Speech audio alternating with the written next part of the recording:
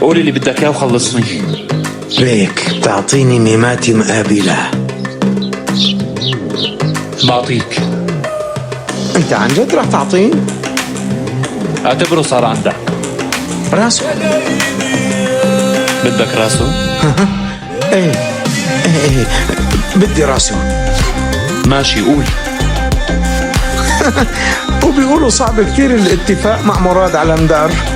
يلا قوم، شو بك؟ ليش قاعد؟ يلا اسكندر بيك عم يخطب بنتك، يلا.